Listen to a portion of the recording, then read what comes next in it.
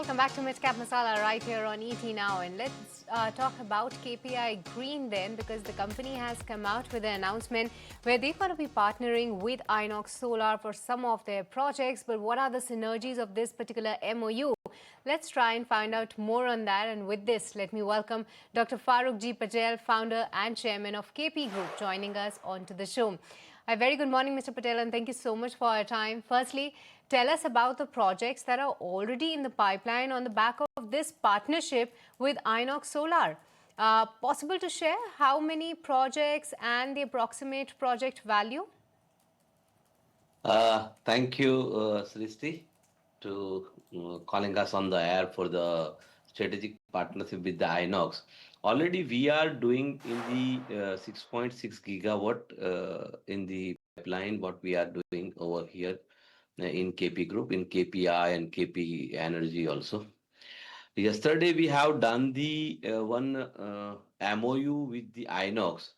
The MOU shows the two segments things. One is where we make the one SPV with the INOX, where the IPP any project in the India we will bid together, and if we win, they will supply, means INOX will supply us the turbines and the design of the tower, of course, and the foundation of the tower design, and the rest of the things like making the plant and the all the things, as the KP Energy have the expertise, we will do it our own. So in that case, we will be in a 50-50 in the IPP subjects. The same thing in the EPC also. Whoever have the INOX or the KP, whoever have the say evacuation and the customer, where we will do the EPC for them, and over there also they will supply us the turbine. The same line with the KPI Green Energy also, where they will supply us the solar module and the MMS supply by us, and the rest of the things we will do it together. So it's a 2.5 gigawatt and 2.5 gigawatt altogether is a 5 gigawatt MOU with the INOX. And of course, we are doing today, as I told you, the 6.6 gigawatt, that is a separate thing. So we are reaching to our goal of the 10 gigawatt as a company level.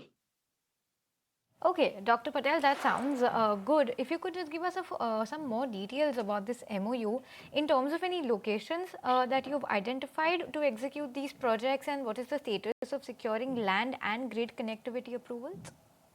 Today we have the 3.3 gigawatt evacuation and the land in our hand. And the same thing with the INOX, they have a certain land and the evacuation in their hands also. So altogether, the synergy will take us the 5 gigawatt very easy for the both of the companies if they put the all the possibilities what we have in our hand. We will make this MOU to be complete in a 3 years time in India, most of the India. And we are trying, if we go outside the India also, we shake hand together and go ahead with this MOU and further also. But any specific capex that that is being planned and considered for these joint projects, and what are the plans to fund that together? Because you recently secured a large term loan from SBI and green bonds. So how much of this existing financing is available for this new 2.5 gigawatts of portfolio? See, what we have secured the loan, and we have started our 1.7 gigawatt in KPI Green Solar and the wind project.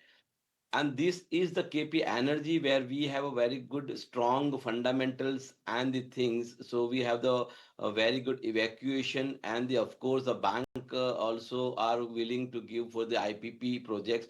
So we are planning for this next 2 years for the KP Energy for the good amount of the IPP. And in KPI also, when we completed the project of by 2026 December, then after that we will go ahead with this wind and the solar both in the IPP. Our target is to, out of 10 gigawatt altogether, today we are planning for the 3.5 gigawatt as a IPP in both companies. And we have already reached to the 1.78 gigawatt till date. And Dr. Patel, at the group level, you've recently signed a multi-year framework agreement with Sanvion India for a 2 gigawatt wind and wind energy project. Could you give us some more details about this, the timeline of this? 3 of your group entities are involved in this project. If you could just share some more details. For the Sanvion also, we have already taken the turbine of 126 megawatt today, and again 150 megawatt as a new IPP project, as KPI done the PPA with the UENL, and the further for the some EPC work and some other companies which are in a pipeline, where the Sanvion are going to give us the 2 gigawatt turbine and the projects also for the commissioning and the EPC work, although you can say the BOS work also. Okay, and you've also recently secured for KP Green Engineering orders worth 683 odd crore rupees, if I'm not wrong. If you could give us the timeline for the execution and capex requirements over here. Yes, we do have the very good order book in the KP Green Engineering, which are going to be complete in, of course, in this year and next year in the beginning. We have the solar project, we have the transmission line, isolator, current barrier, cable trays, pole, and things, and pre-engineering building all together 682 crore rupees order, which for the KP Green Engineering. And as you know, we have already in KP Green Engineering a 400 odd order also there, plus this 682. So altogether more than the 1100 crore order we have to execute by this in a 6 or 7 month timeline. But along with that, if you can just quickly tell us what is the cost advantage per watt peak that KPI Green will gain by having the assured access to INOX solar modules compared to the current market procurement? Will there be any difference? Rather than the difference nowadays is the only thing is the DCR module, where the shortage module DCR module shortage will come in a within a 6 month to 1 year. So we have to do this strategically step, because the government are announced already from the 26. We have to use the DCR module. In that DCR module, only few players are there who are making the DCR module, that the consumption against the production is a shortage in a DCR module. Because of that, we have already done this thing, so we can get or we can achieve our goal what we have decided from the DCR module also. Lastly, Dr. Patel, before we let you go, just talk to us about your tie-up, the power purchase agreement with the Gujarat Urja Vikas Nigam group. Any update on that front? What's happening over there? We already done the PPA with the government of Gujarat of 1.78 gigawatt, as I told you, in a DC watt peak module. Out of that, already we have energized a 240 in a Khavda, 50 hybrid in a Vagra.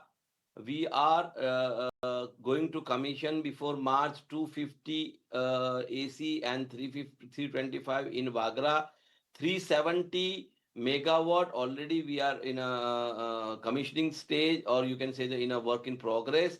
And the same time 150 megawatt PPA just now on last 4th, we have done the PPA with the government of Gujarat with the 3 rupees and 64 paisa, which gives a very good strong pipeline and the revenue for the KP group. It is about 1017 crore rupees revenue we will get catered by the 2027 December, with the EBITDA is again the 92 to 90%, which gives a very good and very nice book in an order, or in terms of the revenue and the PAT you will see in the future from the KP. All right, with this, Mr. Patel, we let you go. So good having you on the channel today. Thank you so much for your time. Thank you very much. Thank you very much, Srishti. Thank you. But for this, viewers, we are completely timed out in this edition of Midcam Masala. It's a goodbye from me and Snehi and the entire team who put this show together. Thank you so much for tuning in, but don't go anywhere. Bye now. Till now, we'll take the action ahead.